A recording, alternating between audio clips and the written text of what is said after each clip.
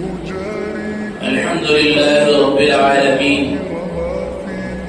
والصلاة والسلام على سيد الأنبياء والمرسلين وعلى آله وأصحابه أجمعين.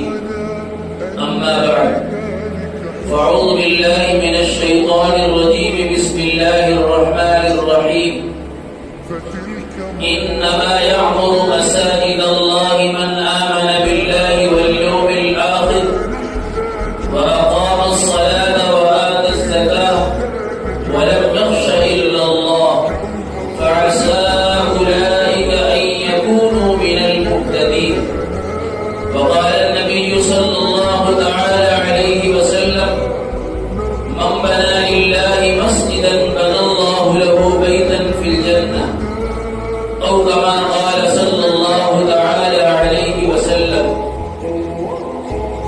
میرے محترم عزیزوں بھائیوں، ابھی میں نے آپ حضرات کے سامنے قرآن کریم کی ایک آیت اور ہم سب کے آقا جناب رسول اللہ صلی اللہ علیہ وسلم کی ایک مبارک حدیث پڑھی.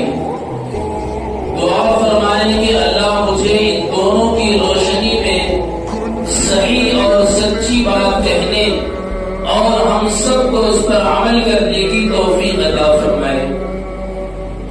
حدیث میں آتا ہے کہ دنیا میں سب سے بہترین جگہ مساجد ہیں. خیر البقاع، سب سے بہترین جگہ، خیر الاماکن المساجد، سب سے بہترین جگہ، سب سے خیر کی جگہ مسجدیں ہیں. سب سے بدترین جگہ بازار ہے. چنانچہ اللہ رب العزت اپنے گھر کی تعمیر کے لیے، بہترین گھر کی تعمیر کے لیے انبیاء علیہ السلام کا انتخاب فرماتے ہیں. بیت اللہ کی تعمیر کے لیے اللہ نے اپنے گھر کی تعمیر کے لیے ابراہیم علیہ السلام جیسے جلیل القدر نبی، اپنے دوست ابراہیم کا انتخاب فرمایا.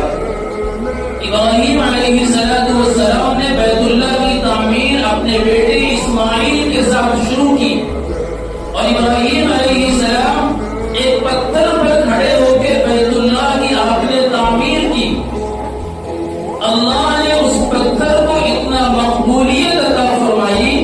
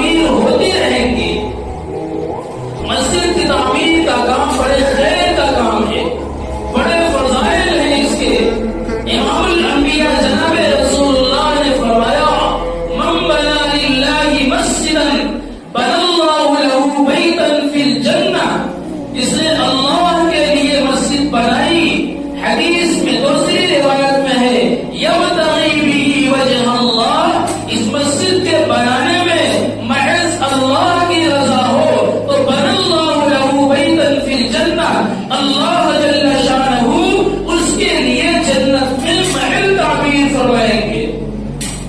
اب سوال یہ ہوتا ہے کتنی بڑی مسجد بنائیں، بہت بڑی بنائیں یا بہت چھوٹی بنائیں، صغیرا کان او کبیرا، مسجد بڑی ہو یا چھوٹی۔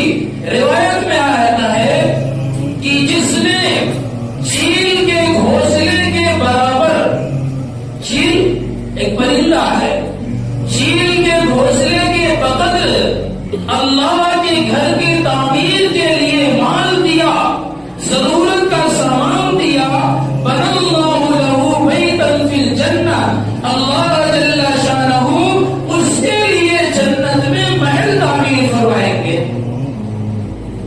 اس کے لیے اللہ جل شانہ جنت میں محل تعمیر فرمائیں گے۔ مسجد کی تعمیر کا کام، مسجد کی ضرورت کو دیکھنا بڑے فضیلت کا کام ہے۔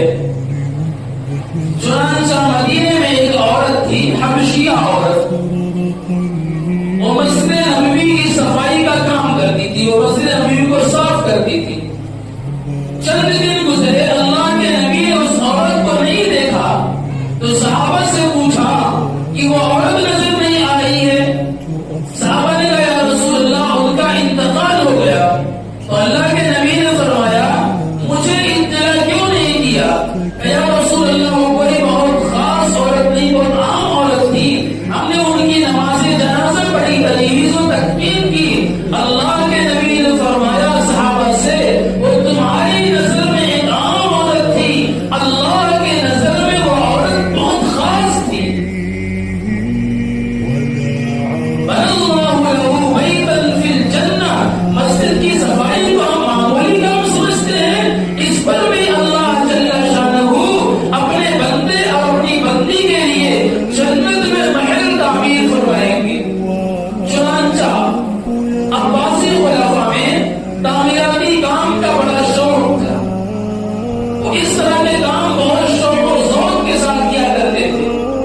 ہارون رشید رحمۃ اللہ علیہ ایک خلیفہ ہے، ایک بادشاہ ہے عباسی خلفاء میں سے، انہیں خیال آیا کہ لوگ محل تعمیر کرتے ہیں، اونچی اونچی بلڈنگیں بناتے ہیں، مر جانے کے بعد یہ ساری چیزیں چھوٹ جائیں گی دنیا میں، کیوں میں کوئی ایسا کام نہ کروں جو میرے مرنے کے بعد کام آئے۔ انہوں نے فیصلہ کیا کہ میں ایک مسجد تعمیر کروں گا، اور اس مسجد کی تعمیر میں اپنی رعایا میں سے کسی سے 1 روپے چندہ نہیں لوں گا، اپنی جیب خاص سے، اپنی کمائی سے اللہ کا گھر تعمیر کروں گا۔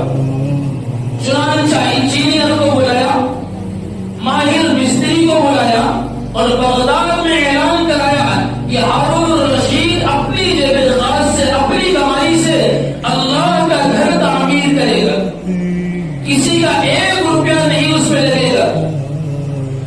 ان کی رعایا میں ایک بہت غریب، ایک ایسے شخص تھے جو صبح سے کام کرتے تھے اور شام میں جو رقم ملتی تھی بمشکل ان کے گھر کا خرچ اس سے پورا ہوتا تھا۔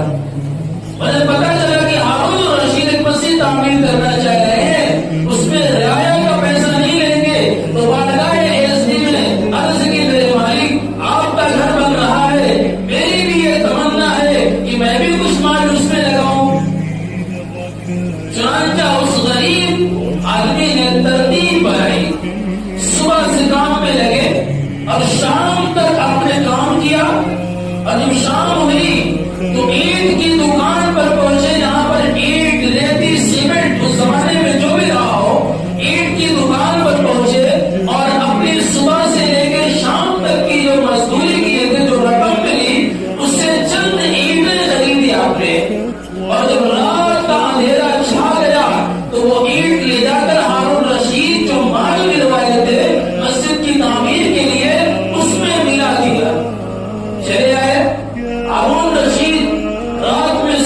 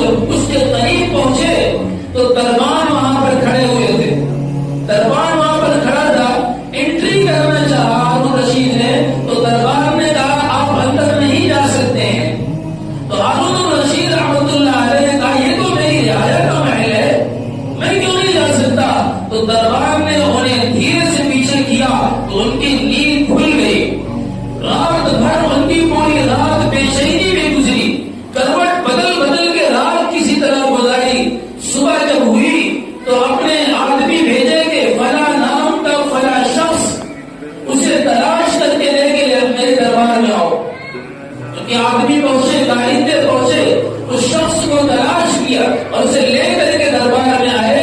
ہارون رشید رحمۃ اللہ علیہ نے پوچھا کہ تمہارا کون سا عمل ہے جس کی وجہ سے اللہ نے میرے محل کے مقابلے میں جتنا بڑا میرا محل تھا اتنا ہی بڑا محل اللہ نے تمہارا بھی تعمیر کیا تھا. تو اس غریب شخص نے کہا بادشاہ میں تو آپ جانتے ہیں ایک معمولی آدمی ہوں, میری کوئی خاص کمائی نہیں ہے, مزدور آدمی ہوں, دن بھر مزدوری کرتا ہوں, شام میں اسی پیسے سے میرے بچوں کی ضرورت بمشکل پوری ہوتی ہے. ہاں ایک عمل مجھ سے ہوا ہے جو میرے دل کا درد تھا میری طرف کی. آپ نے جب اعلان کیا کہ رعایت